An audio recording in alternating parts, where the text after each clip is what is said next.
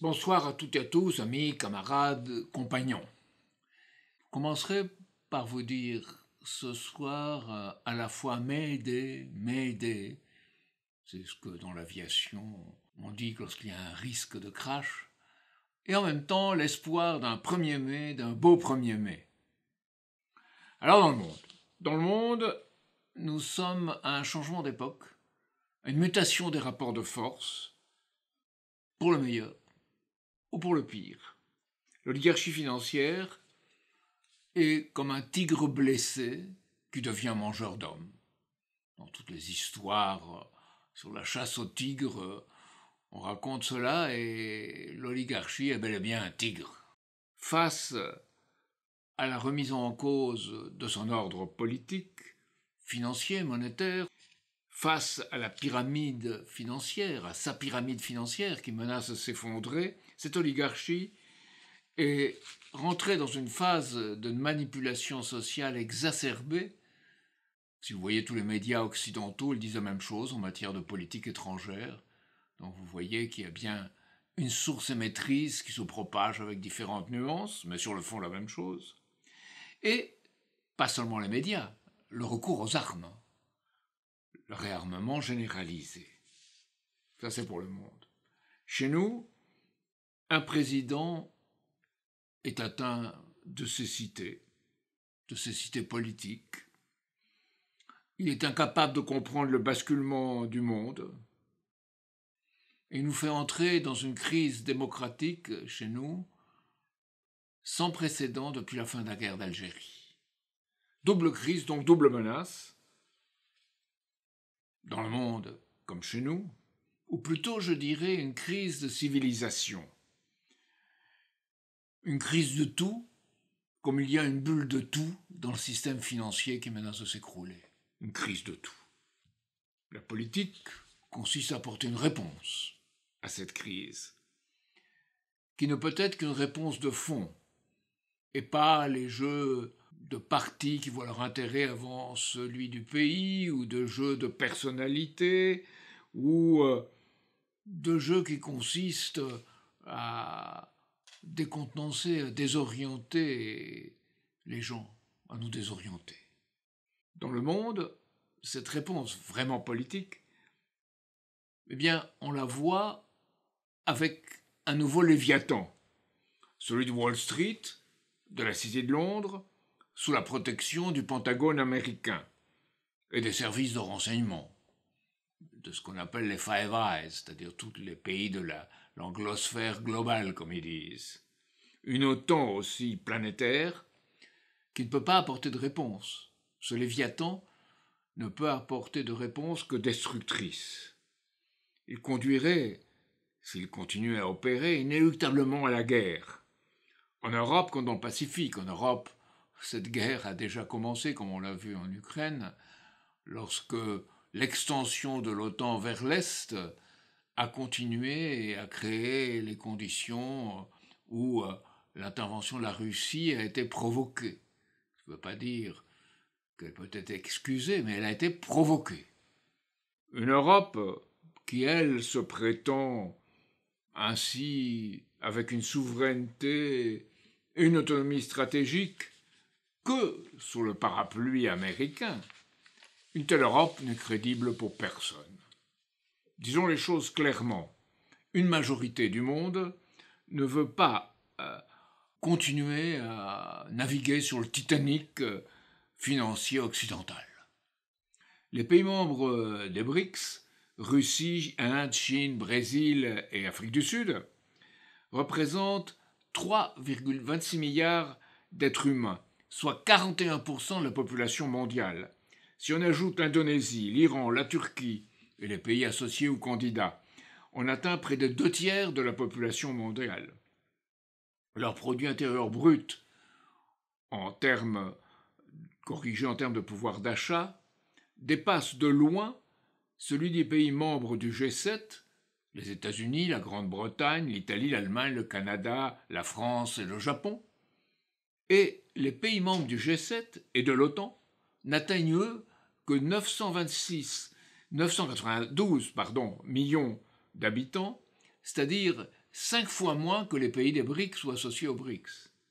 Dans ce contexte, le monde bascule vers l'Est et vers le Sud, avec la Chine et la Russie, et tous les autres pays qui forment un bloc de non-alignés, ayant chacun des intérêts différents, mais tous s'accordant sur 3 points fondamentaux. Le refus du paternalisme, du colonialisme et du néocolonialisme financier occidental. Le gel par les autorités américaines des actifs de l'Afghanistan, environ 9 milliards, et surtout de la Russie, 300 milliards, fait que ces pays ne peuvent plus du tout, les pays non alignés, se dire si on a fait cela à ces pays, on pourrait aussi le faire à nous. Donc ils n'ont plus du tout confiance dans ce système occidental. Et ils ne veulent plus accepter la tutelle financière du système bancaire occidental. C'est le premier point.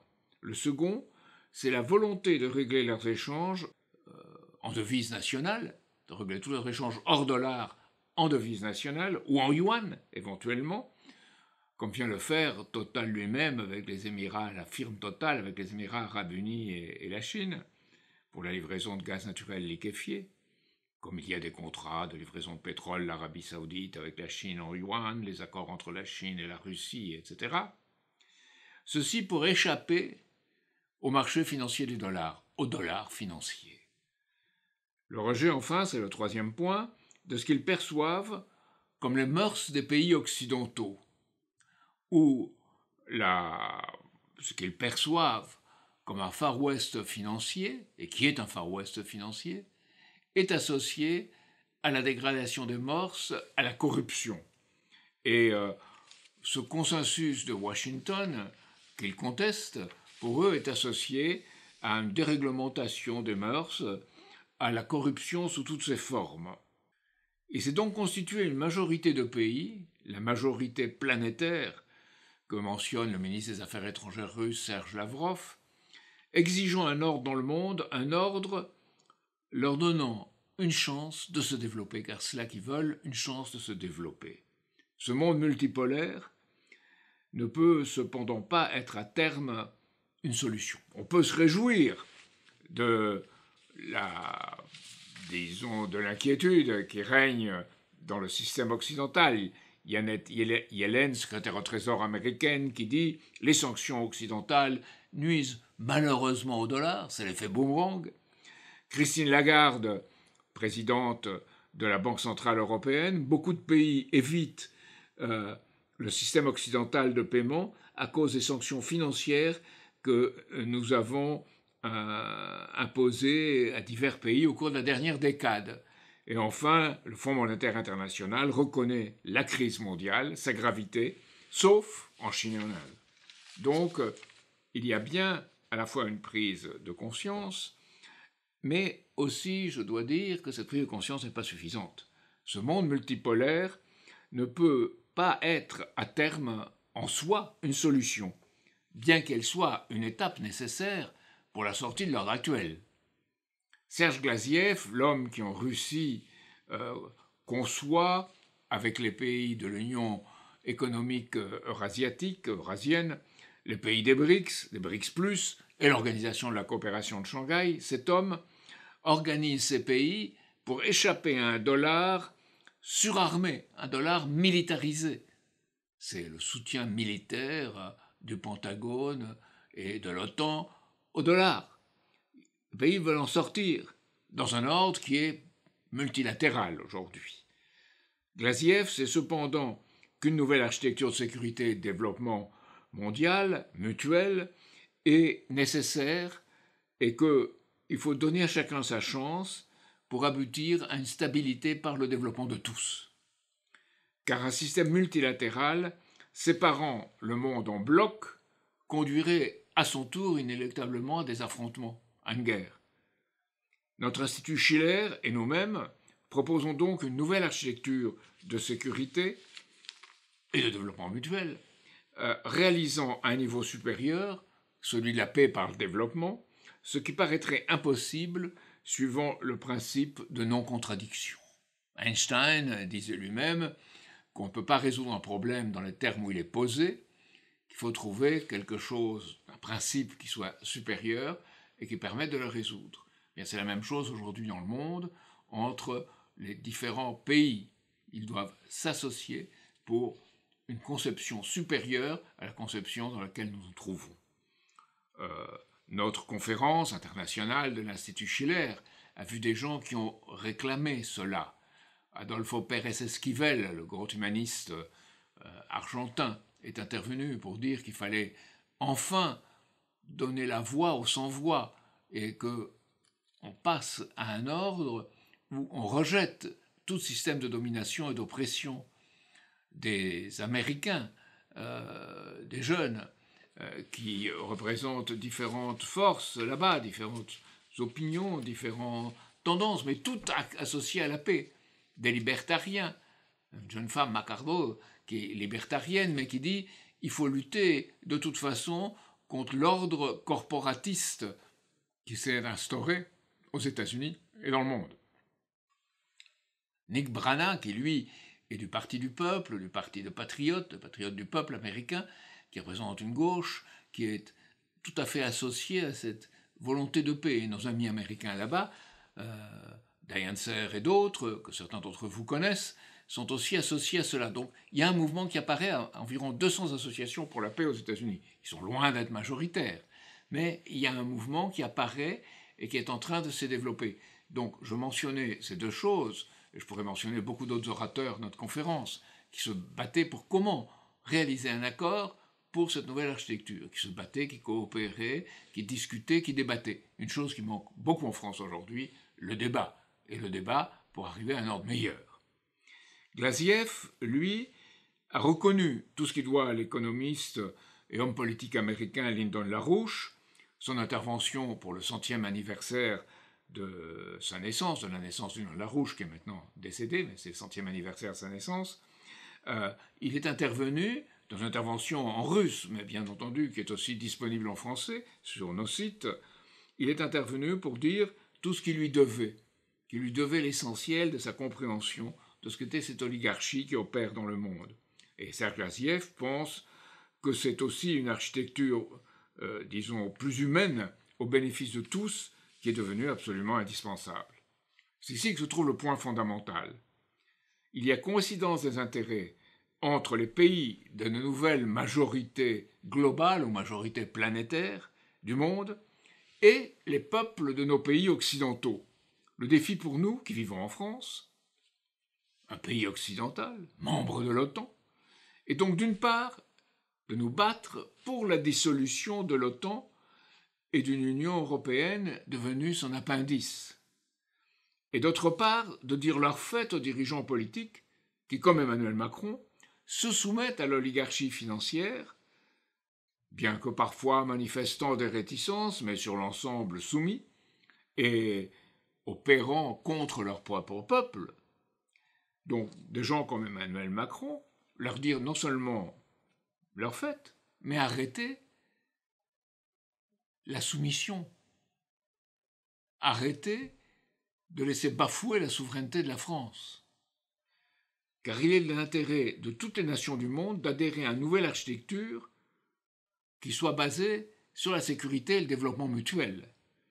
La question est la même qu'au temps de l'esclavage physique, aux États-Unis ou dans les pays occidentaux. Les seuls pratiquement bénéficiaires ont été les membres de cette oligarchie et de leurs complices qui pratiquaient l'esclavage, 1 à 3% de la population seulement, et pas les peuples qui n'en ont pas bénéficié. Il ne s'agissait pas d'une oppression de peuples contre d'autres peuples, il s'agissait d'une oligarchie qui opprimait à la fois son propre peuple, qu'elle traitait bien mal, et l'esclavage qu'elle infligeait aux autres. Eh bien, aujourd'hui, le système d'occupation, qui est un nouvel esclavage en réalité financier et culturel, n'est de l'intérêt que de l'oligarchie. C'est comme au temps de l'esclavage physique, il n'est pas de l'intérêt des peuples, il n'y a pas de division des peuples.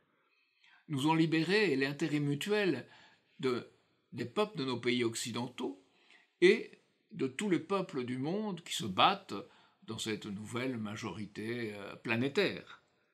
Il y a cause commune.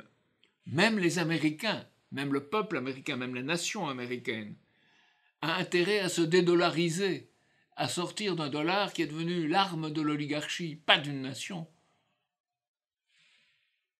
Alors, la France, qui a un siège au Conseil de sécurité de l'ONU, a pour intérêt, notre véritable intérêt, notre intérêt souverain, est d'exprimer, de représenter la cause des non-alignés et de convaincre les États-Unis et la Grande-Bretagne de se démettre, c'est-à-dire de renoncer à servir l'oligarchie, ou de se soumettre, dans tous les cas, à se joindre à cette nouvelle architecture de développement et de sécurité mutuelle. Alors vous nous direz, oui, on est trop petit.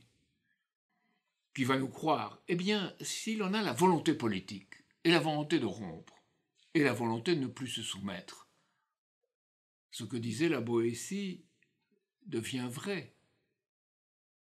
On est libre, soyons libres. Et à ce moment-là, la France a des atouts.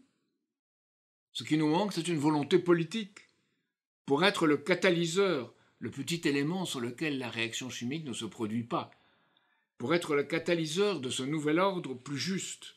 Elle devrait, comme De Gaulle l'a fait dans son discours de Phnom Penh, je crois que c'est en septembre, je crois que c'était le 8 septembre de 1966, et Pierre Mendès France aussi, en jetant les bases de la paix en Indochine en 1954.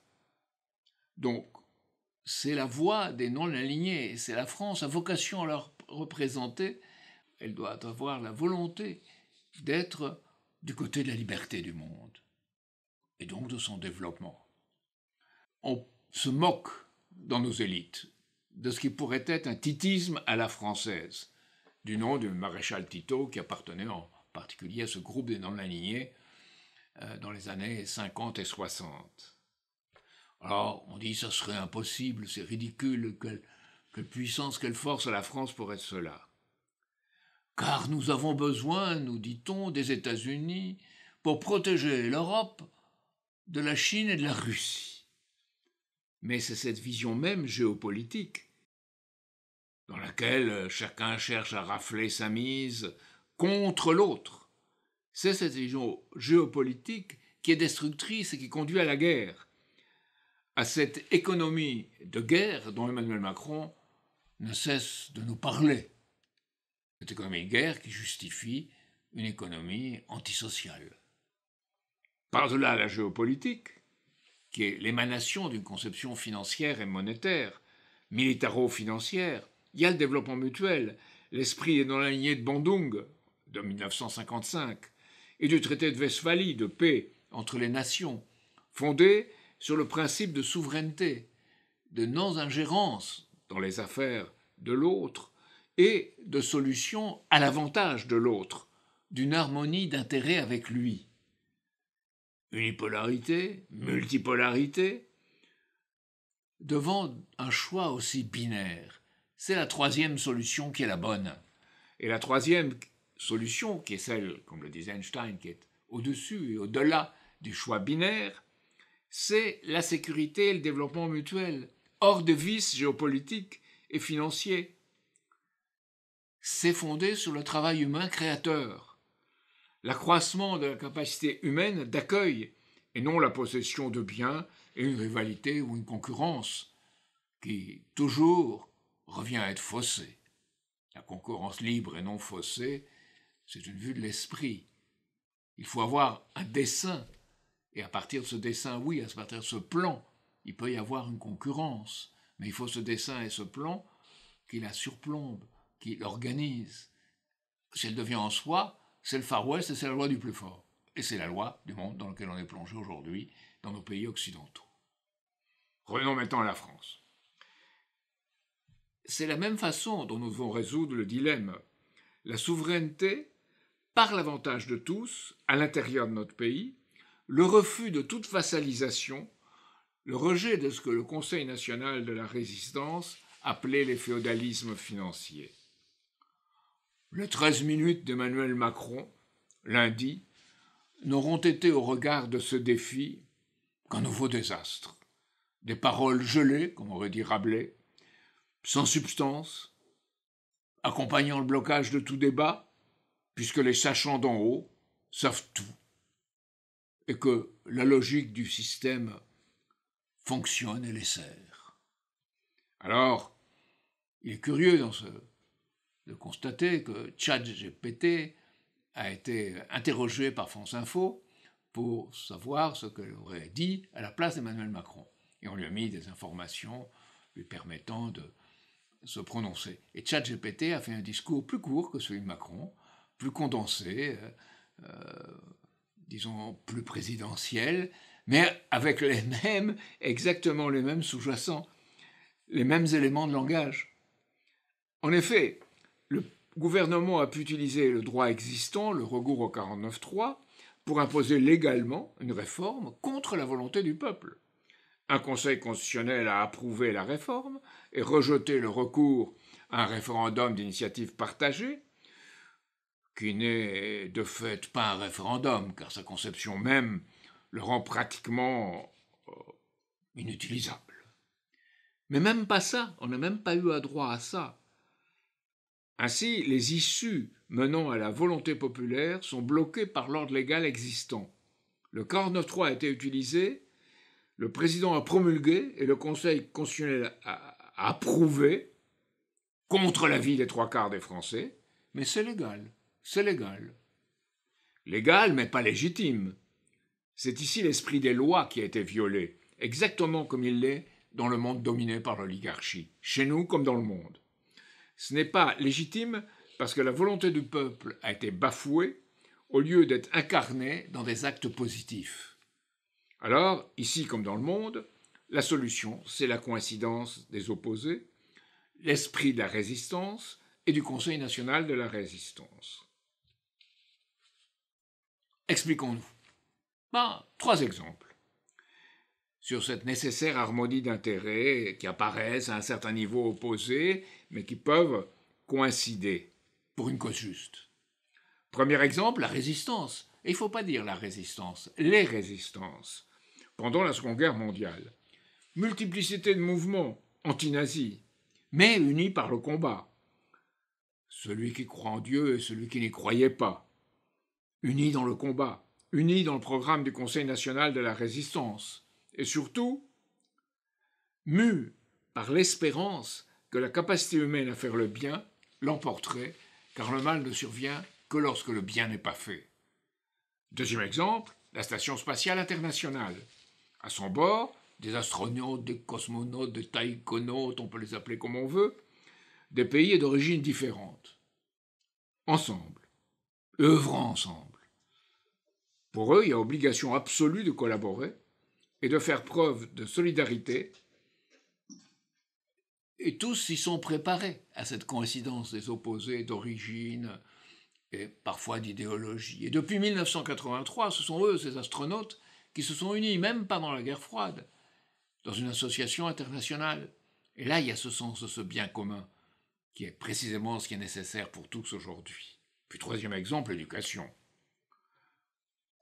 Lorsqu'elle ne formate pas pour fabriquer des compétences qui serviront un système existant, mais l'éducation, lorsqu'elle éveille les capacités créatrices de chacun, la joie de découvrir le beau, le juste, le vrai, et cela vécu comme une aventure, pas individuelle pour être le premier de la classe, mais comme une aventure collective dans laquelle on se découvre. On se découvre soi-même en découvrant l'autre, et en découvrant tout ce que l'histoire a pu nous apporter de bon. C'est ça vraiment l'éducation, dans cet esprit. Eh bien, ces 3 exemples montrent bien vers où on doit aller. C'est dans ce sens que je nous souhaite un beau 1er mai à tous. Peut-on, diront certains d'entre vous, croire à ce que je viens de dire? Nous tenons donc les 21 mai, les 20 et 21 mai en Bourgogne, une université de printemps de notre mouvement. C'est réservé à nos abonnés et à nos adhérents. Là, vous recevrez des réponses si vous y venez. Vous recevrez des réponses à vos interrogations ou des éléments de réponse. Il y aura un débat. Nous tenterons de fournir des armes intellectuelles pour convaincre et combattre. Donc, je vous dirai, pour ceux qui ne le sont pas encore, abonnez-vous et adhérez. si vous ne l'avez pas déjà fait, pour pouvoir venir. Contactez-nous au 01 76 69 14 50. 01 76 69 14 50. Pour en savoir plus, prenez contact avec nos militants. Et c'est là que ce mouvement se créera, que nous serons le cœur de cette réponse qui est nécessaire, tellement nécessaire, et dans le monde, et dans notre propre pays, chez nous. Et je veux finir en vous disant une simple phrase qu'une de nos militantes a prononcée en disant « La tâche est très difficile, il faut convaincre les gens, mais la peur ne fonctionne pas chez moi. Eh bien, si la peur ne fonctionne pas chez vous, vous irez vers ce qui est juste, et votre part humaine en vous sera ce qui déterminera votre vie. Après tout, une vie n'est longue que par rapport à tout ce qu'on peut apporter aux autres et aux générations futures. Voilà ce que je voulais vous dire ce soir. Alors, je vais ajouter quelques questions. J'ai ici une question de Absomet qui me dit « Votre speech m'a fait penser, c'est un speech dans le passé, Macron dans l'impasse. Votre speech m'a fait penser à deux personnes. Lyndon LaRouche, dont vous venez d'exposer la théorie principale, qu'il avait écrite dans un livre sous le pseudonyme Lynn Marcus, et Alexandre Grothendieck, dont vous exposez aussi la vision, surtout quand vous parlez de Survivre et Vivre, qui était en fait le nom exact de l'association qu'il avait formée. Ce qu'il manque dans tout ça, en fait, c'est un catalyseur, un accélérateur de ferment de transformation, comme aurait dit Grothendieck. Eh bien moi, je vous répondrai que Lyndon LaRouche a écrit beaucoup plus que ce livre sous le nom de Lyndon Marcus. Il a écrit tellement que Ramsey Clark, qui était l'avocat des droits civiques aux États-Unis et le ministre de l'Intérieur qui a imposé le juste vote des Noirs et des portoricains, des latino-américains, disait « Il a produit tellement que j'ai jamais vu quelqu'un ayant produit autant ». Donc vous avez beaucoup de choses à lire sur notre site, vous pouvez les consulter en français, et nous avons un livre avec ses œuvres complètes dans le domaine économique, nous en produirons plusieurs autres dans les autres domaines où il a été écrit, qui vous donneront ce sens d'un homme qui a été éveilleur de conscience. Et je pense que, en ce sens, l'œuvre qu'il a produite est une œuvre qui continuera à inspirer dans le futur, comme elle a inspiré un Serge Gaziev, comme elle a inspiré, comme a dit Gaziev, tous les pays qui ont réussi depuis une trentaine d'années une politique détachée de la priorité financière. Quant au catalyseur en France, je vous dirais, je suis tout à fait disponible pour l'être, mais je pense que ce n'est pas du tout suffisant, que chacun doit devenir un catalyseur. Et c'est en ce sens que tout ce que nous faisons vise à créer cet état d'esprit et ce courage dont a manifesté, je disais tout à l'heure, notre militante, en disant qu'on n'a pas peur. Deuxième question, on ne peut pas faire la majorité positive avec des gens comme la NUPS, ils ont voté pour Macron. Bon, je dirais, les gens changent. Ne soyez pas fixés, vous devenez pessimiste si vous voyez les gens tels qu'ils sont. Il faut les penser, il faut les accepter tels qu'ils sont, parce que ce sont des êtres humains, mais les voir tels qu'ils devraient être, tels qu'ils pourraient être, par eux-mêmes. Et je dirais, regardez les choses comme elles sont. Un psychiatre n'aurait pas de raison d'exister s'il n'y avait pas de névrosés et pas de malades mentaux. Un enseignant n'aurait pas besoin d'enseigner si les élèves savaient déjà. Et un médecin n'aurait pas besoin d'exercer si tous les gens étaient en bonne santé. Bien, c'est la même chose pour le politique. Le politique a affaire à des gens qui ont des problèmes, qui ne sont pas toujours capables d'assumer leur qualité de citoyen, et qu'il faut organiser, qu'il faut développer, il faut surtout inspirer pour qu'ils deviennent à part entière des êtres humains participant à l'édification future de notre société, en pensant aussi et surtout aux générations futures, à ce qu'on peut leur apporter. Et c'est de ce point de vue, je pense qu'on doit être optimiste et être porté par l'espérance et pas par l'analyse de ce que sont les gens à un moment donné.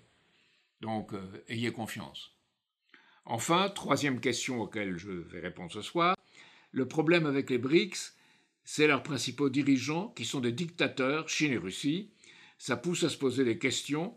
Au Cameroun, nous en savons quelque chose. Un dirigeant qui reste au pouvoir pendant 40 ans, ça vous fait reculer de 20 ans quand il n'est pas un bon leader. Alors je répondrai très simplement. Depuis 1945, le pays qui a lancé le plus de guerres et qui a fait le plus de victimes s'appelle les États-Unis d'Amérique. Et le pays colonisateur s'appelle la France, la Grande-Bretagne. Alors évidemment, vous direz, on en est sorti. Eh bien non, on n'en est pas sorti. Parce qu'on continue dans les pays occidentaux à se plier à cet ordre de domination financière et monétaire dans une période de remilitarisation, dans une période qui devient extrêmement dangereuse, parce que le système est au bord d'un effondrement. Alors oui, je dirais, on peut rêver à de meilleurs dirigeants que Paul Biya, mais au lieu de penser à Paul Biya, je penserais à Chungchang Puemi, qui est un grand économiste de votre pays, et je verrai ses œuvres et je verrai avec espoir dans, disons, le contexte d'une union future panafricaine dans laquelle chaque pays apporterait quelque chose pour faire de l'Afrique le pays du futur, la région du futur dans le monde. L'Afrique a une chance, vous avez beaucoup de jeunes, eh bien c'est merveilleux parce que ces jeunes sont un potentiel extraordinaire pour le futur. Alors, évidemment, il faut un répondant du côté de la Chine qui a fait des choses utiles, des équipements, au Kenya, un peu partout dans d'autres régions de l'Afrique de l'Est surtout. Nous, Français, nous n'avons pas fait assez, et même très peu dans l'Afrique de l'Ouest. J'en suis un peu, enfin même tout à fait honteux. Donc, vous devez exiger des choses, et à ce moment-là, vous considérerez qu'en Afrique, il y a plusieurs pays qui ont des satellites, qui sont dans la conquête spatiale. Il y a des pays qui ont des femmes extraordinaires. Nous en avons deux, une du Burkina Faso, l'autre d'Afrique du Sud, qui se battent aux frontières de la science moderne et qui en même temps font, je dirais, énormément d'heures et de jours d'efforts pour enseigner la connaissance, pour éveiller chez les enfants cette capacité de participer aux affaires de la nation et d'améliorer leur futur. Donc, j'ai un grand espoir dans l'avenir de l'Afrique, quels que soient leurs dirigeants. Et quand je pense à l'Afrique, comme mes amis, je pense à Cheikh Anta Diop, je pense à Patrice Lumumba, la très belle lettre qu'il a écrite à sa femme, je pense à tous ces dirigeants de l'Afrique, à Nkrumah, je pense à tous ces dirigeants de l'Afrique qui verront une nouvelle génération se référer à eux et qui porteront par-delà les dirigeants actuels un futur qui sera celui d'une Afrique insérée comme élément le plus en développant de cette nouvelle architecture internationale de croissance mutuelle et de stabilité. Et je crois que ce que nous devons à l'Afrique, c'est de créer les conditions pour qu'elle puisse être elle-même. Voilà ce que je voulais vous répondre. Et nous avons chez nous Sébastien Périmoni qui s'occupe de ces questions de l'Afrique, et vous pouvez rentrer en contact avec lui à travers notre mouvement. Vous savez, il y a une tradition occidentale avec l'abbé Grégoire, avec Volney, qui, à le moment de la Révolution française, rendait justice à l'Afrique et à ses habitants. Donc nous devons retrouver cet état d'esprit. Je vous remercie de la question que vous posez parce que je la vois comme à la fois une injonction, une interrogation et, disons, une incitation à nous autres qui sont en France, aussi à faire mieux et à créer les conditions où nous pourrons ensemble nous doter de meilleurs dirigeants.